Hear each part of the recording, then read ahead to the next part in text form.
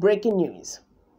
United States attorneys barracks the Working Group on Arbitrary Detention under the United Nations Commission on Human Rights, who has declared the arrest of Nnamdi Kaun as unlawful and in infringement on his international human rights, and asked the Nigerian government to release him unconditionally and also pay him compensation.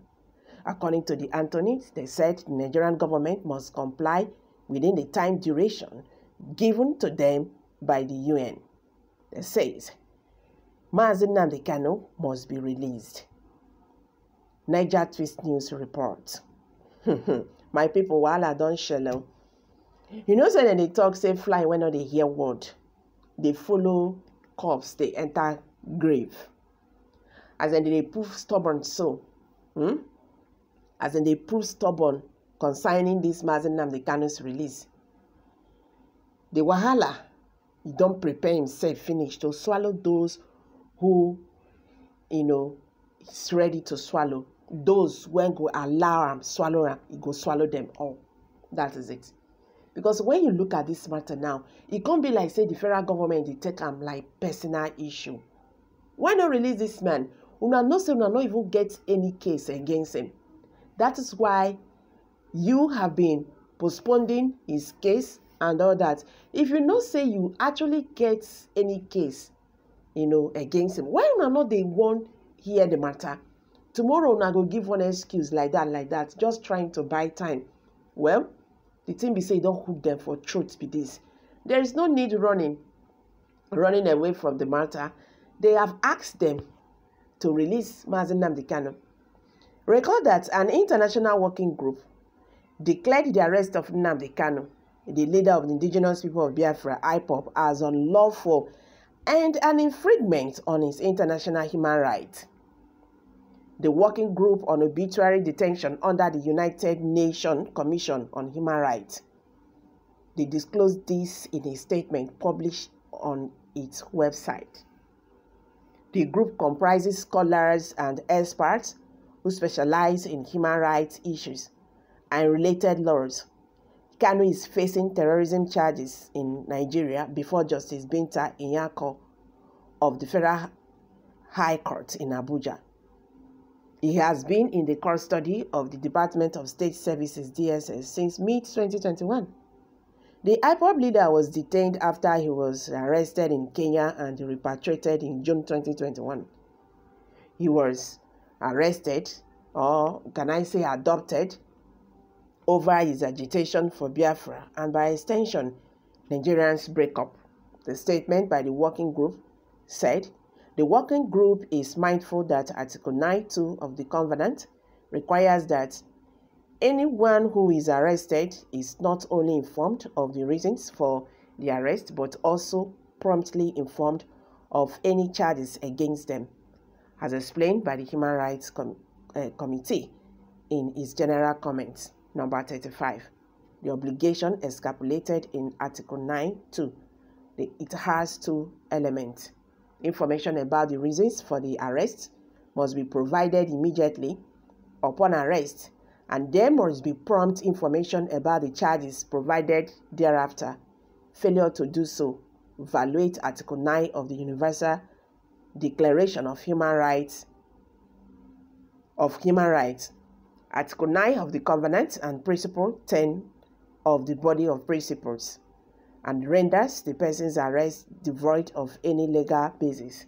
Consequently, Mr. Kaun's arrest without an arrest warrant and with no explanation as to the reasons for his arrest violated his right under Article 9 of the Universal Declaration of Human Rights, Article 9 of the Covenant and Principles 2, 4, 10, and 35, 2 of the Body of Principles, it said.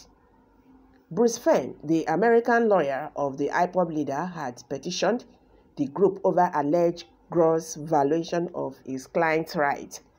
The UN group in its report also described Kaun's repatriation from Kenya in June 2021 as illegal, unlawful, unconstitutional extradition.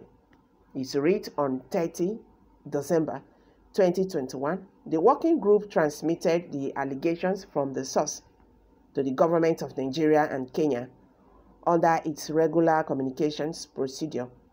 The working group requested the government to provide by 28 February 2022 detailed information about the current situation of Mr. Kaun and to clarify the legal provisions justifying his continued detention as well as compatibility with the obligations of Nigeria and Kenya under international human rights law, and in particular with regard to the treaties ratified by the two states. Moreover, the working group called upon the government of Nigeria to ensure Mr. Kaun's physical and mental integrity on the 25th January 2022. The government of Nigeria submitted a reply in which it stated that, given to the case is ongoing in national courts, any reaction by the federal government of Nigeria will be unconscionable. 29. The working group regret that it received no reply from the government of Kenya and that it also did not seek an extension in accordance with paragraph 16 of working group's method of work. The working group has maintained from its earlier years that the practice of arresting persons without a warrant renders their detention arbitrary. This lacks any valid legal base under any circumstances. Judicial oversight of any detention is a central safeguard for personal liberty and is crucial in ensuring that detention has a legitimate base. In the circumstances attending the detention of Mr. Kaun at an unknown location, the working group finds that his rights to an effective redress under Article 8 of the Universal Declaration of Human Rights and Article 2(3) of the Covenant were evaluated.